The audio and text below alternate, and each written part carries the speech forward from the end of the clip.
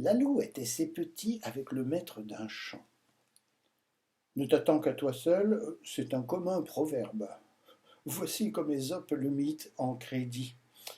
Les alouettes font leur nid dans les blés quand ils sont en herbe, c'est-à-dire environ le temps que tout aime et que tout pullule dans le monde.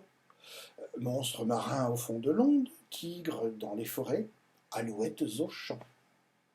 Une pourtant de ces dernières avait laissé passer la moitié du printemps sans goûter le plaisir des amours printanières. À toute force enfin, elle se résolut d'imiter la nature et d'être mère encore. Elle bâtit un nid, pond, couve et fait éclore à la hâte. Le tout alla du mieux qu'il put. Les blés d'alentour mûrent avant que la nitée ne se trouvât assez forte encore pour voler et prendre l'essor. De 1000 soins divers, l'alouette agitée s'en va chercher pâture, avertit ses enfants d'être toujours au guet et faire sentinelle. Si le possesseur de ces champs vient avec son fils, comme il viendra, dit-elle, écoutez bien, selon ce qu'il dira, chacun de nous décampera. Sitôt que l'alouette eut quitté sa famille, le possesseur du champ vient avec son fils. Ces blés sont mûrs, dit-il.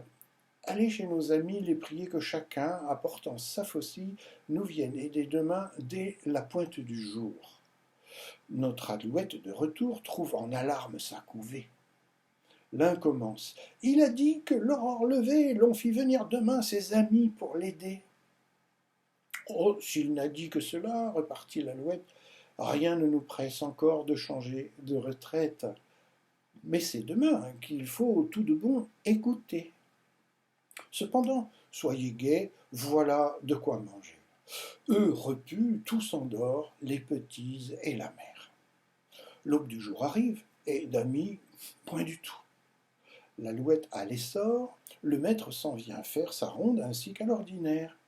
Ces blés ne devraient pas, dit-il, être debout. Nos amis ont grand tort, et tort qui se repose sur de tels paresseux à servir ainsi lent.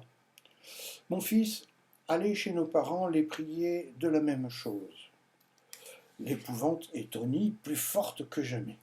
Il a dit ses parents, mère, c'est à cette heure. Non, mes enfants, dormez en paix, ne bougeons de notre demeure. L'alouette eut raison, car personne ne vint.